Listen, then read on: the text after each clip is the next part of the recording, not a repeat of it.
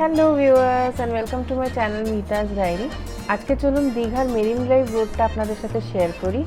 পুরো রাস্তাটা আপনাদের দেখাচ্ছি, কি সুন্দরই না লাগে। একদম সমুদ্রের ধার দিয়ে রাস্তা, সেই গাড়ি করে যেতে যে কি ভালো লাগে। এটা হচ্ছে দীঘার মেন রোড, আর এই যে আমরা ডান দিকের রাস্তাটা নিয়ে নিলাম, এটাই হচ্ছে মেরিন ড্রাইভ রোড।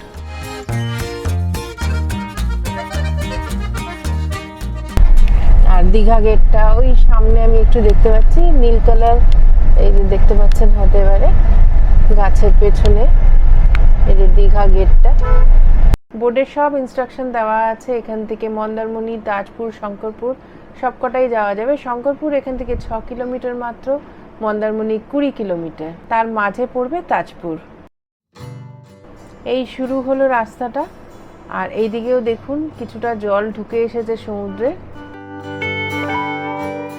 বর্ষাকালে কিন্তু এখানে বেশ জল থাকে, তবে এটা কিন্তু সমুদ্র নয়, এখানে ঢুকে এসেছে জল। আর এই ট্রলারগুলো সামনে রাখা থাকে।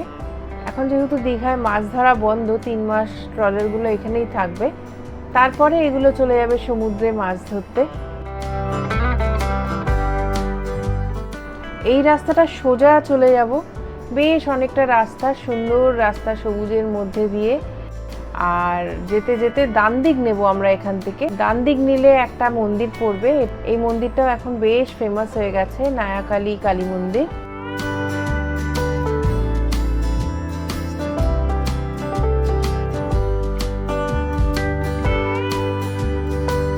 এই যে এইখান থেকেই আমরা রাইট সাইড নিয়ে নেব, নায়াকালী মন্দিরটা পড়বে এখান থেকে। এই যে দেখুন এখান থেকে শঙ্করপুর 1.7 কিলোমিটার দেখাচ্ছে, তাজপুর 7 কিলোমিটার, আর 500 মিটারেই রয়েছে নায়াকালী মন্দির।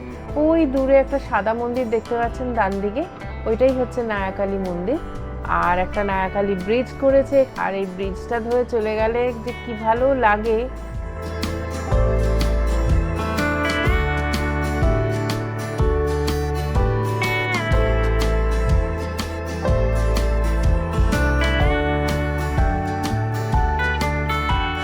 ভীষণ সুন্দর রাস্তা।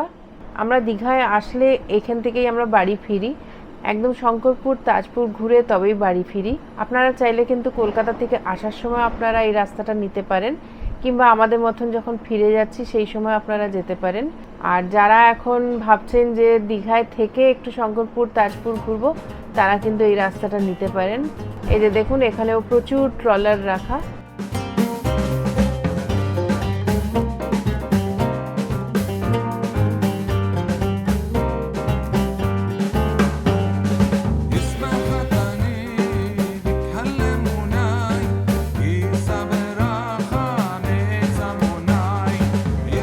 এটা একটা বেশ অনেক পুরনো হোটেল মতন, হোটেল নেস, বেশ বহু বছর ধরে আমি দেখে আসছি।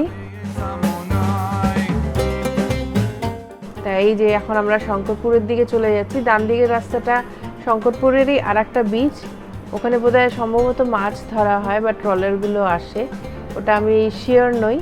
তবে এই সোজা রাস্তা চলে গেলে শঙ্করপুর সি বিচ, যেটা এখন ভীষণ সুন্দর করে দিয়েছে। আমরা আজকে নামবো না সি বিচে, জাস্ট এই রাস্তাটা দেখার জন্য এখান দিয়ে আসলাম। ভীষণ ভালো লাগে, যেহেতু বললাম একটু পরেই দেখতে পারবেন রাস্তার ডান দিকে পুরো সমুদ্র, আর সেই রাস্তা জুড়ে যাচ্ছি। তো যাই হোক, এখন আমরা শঙ্করপুর সি বিচের কাছাকাছি এসেই গেছি প্রায়। আপনারা চাইলে এখানেও কিছুটা সময় কাটিয়ে যেতে পারেন। শঙ্করপুর সি বিচটাও ভীষণ সুন্দর সাজিয়েছে, আর যেহেতু এখনো একটু দীঘার সি বিচ থেকে এটা ফাঁকা ফাঁকা, লোকে এখানে আসতে পছন্দও করছে।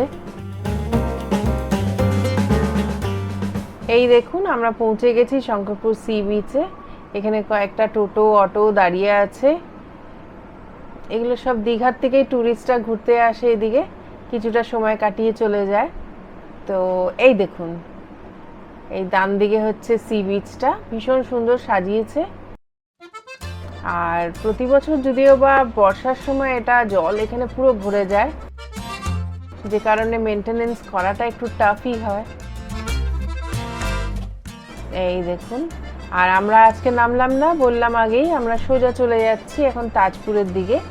তাজপুরেও কিন্তু দুটো বিচ আছে।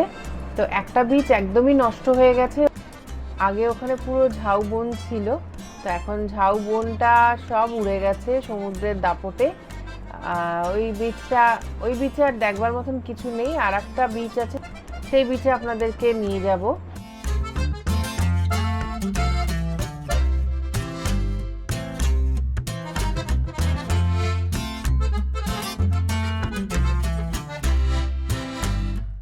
তো এই দেখুন, এই ডান দিকে এবারে কিন্তু সমুদ্র শুরু হলো।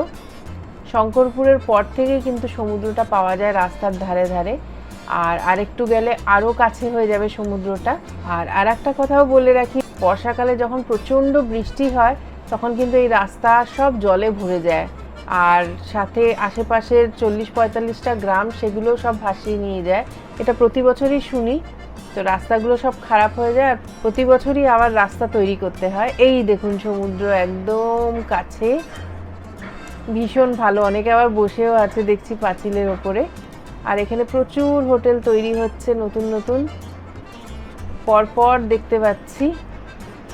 মানে এখন লোকে এখানে থাকতেও পছন্দ করে।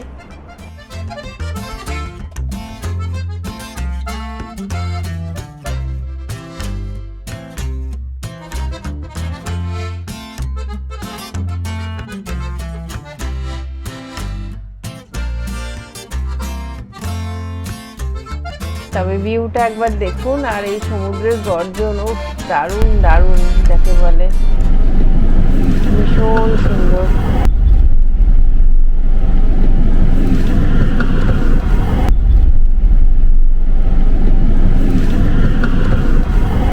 এইভাবেই এগিয়ে যাব। এগিয়ে গেলে আমরা প্রথমে পাবো তাজপুরের একটা বিচ, যেটা এখন একদমই নষ্ট হয়ে গেছে, যেটা আগে ঝাউবনের বিচ ছিল।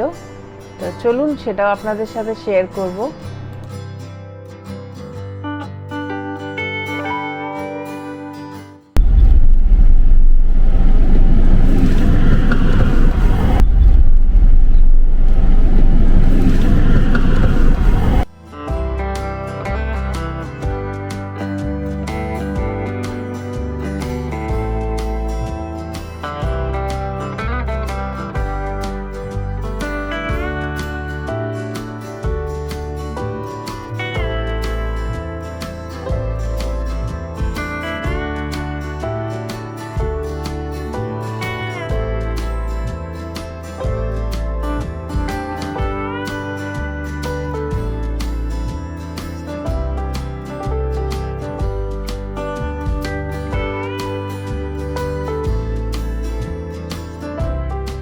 এই যে আমরা এখন প্রায় এসে গেছি তাজপুরের একটা বিচের কাছে। এখানেও আপনারা গাড়ি পার্ক করতে পারেন, তবে পার্কিং চার্জ আছে 50 টাকা করে। প্রত্যেকটা জায়গায় আলাদা আলাদা করে চার্জ নেয়। এই যে এটাই হচ্ছে বিচটা, এখন পুরো জলে ভরে গেছে। এখন সমুদ্র অনেকটা ঢুকে গেছে, যে কারণে এই বিচটা প্রায় শেষ অবস্থা, আর নেই বলতে গেলে।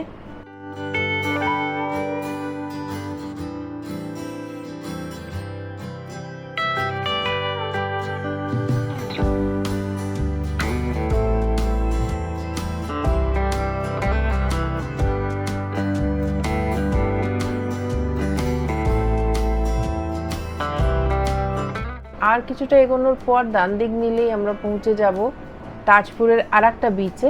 এই বিচটাও কিন্তু খুব সুন্দর সাজিয়েছে, সেটা আপনাদের সাথে শেয়ার করব।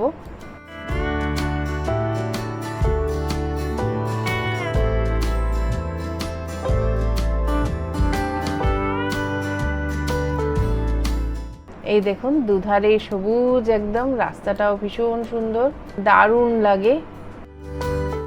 এই পৌঁছে গেছি আমরা তাজপুর সি বিচ।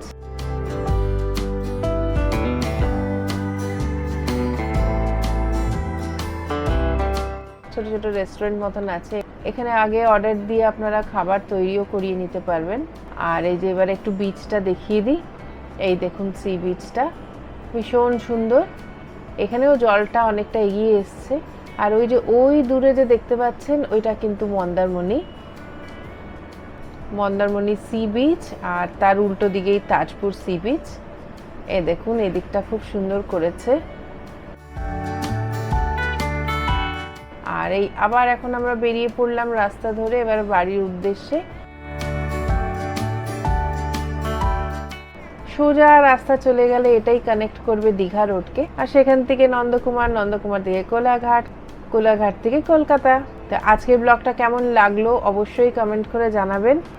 আজ এই অবধি, টাটা।